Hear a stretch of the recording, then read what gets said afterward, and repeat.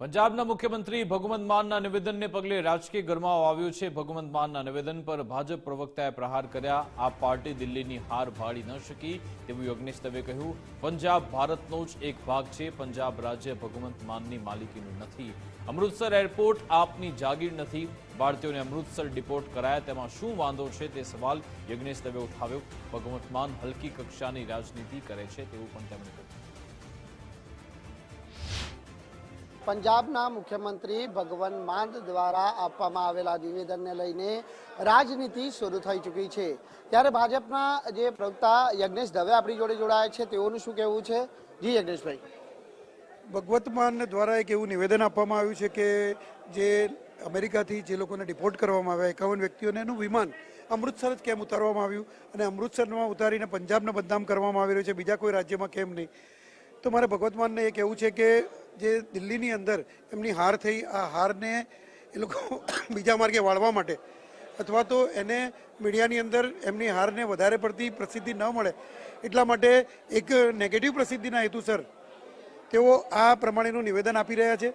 અને ભગવંત માનને મારે કહેવું છે કે પંજાબ એ ભારતનો જ હિસ્સો છે અને જે લોકોને ડિપોર્ટ કરવામાં આવ્યા હતા એ પણ ભારતીયો જ હતા અને અમેરિકાએ એના કાયદા અનુસાર એ લોકોને ડિપોર્ટ કર્યા અને એ દરેક દેશના કાયદા અલગ અલગ હોય છે કે જે લોકો ખોટી રીતે બીજા દેશની અંદર પ્રવેશ મેળવ્યો હોય, ભારતમાં પ્રવેશ મેળવ્યો, ભારત એને જેલના હવાલે કરતી હોય છે, બીજા રાજ્યો બીજા દેશો એને ડિપોર્ટ કરતા હોય છે। ડિપોર્ટ જ્યારે કર્યા ત્યારે દિલ્હી એરપોર્ટની નજીકનું એરપોર્ટ અમૃતસર હતું, દિલ્હી એરપોર્ટમાં ટ્રાફિક હતો એટલે અમૃતસરના એરપોર્ટ ઉપર એમને ઉતારવામાં આવ્યા।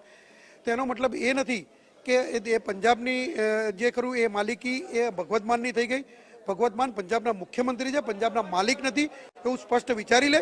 બીજું કે પંજાબ એ ભારતનો જ હિસ્સો છે એવું ભગવંત માન વિચારે અને આટલી હડબડીની અંદર આવી પ્રેસ કોન્ફરન્સ કરી અને દિલ્હીની હારને તે લોકો બોખલાઈ ગયા હોય એવું લાગી રહ્યું છે।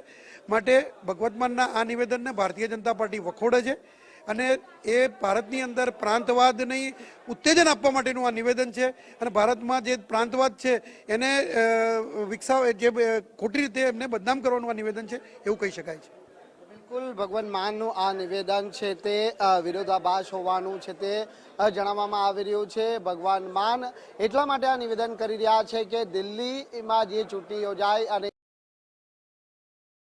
એ ચૂંટણીની અંદર આમ આદમી પાર્ટી છે તે કારમી હારનો સામનો કરવો પડ્યો અને આ હાર પચાવી ન શકતા આ નિવેદન ભગવાન માન દ્વારા આપવામાં આવ્યું હોવાનું ભાજપ પ્રવક્તા જણાવી રહ્યા છે। કેમેરામેન અક્ષય વાઢે સાથે રાકેશ બ્રહ્મભટ્ટ, ગુજરાત ફર્સ્ટ, સુરત।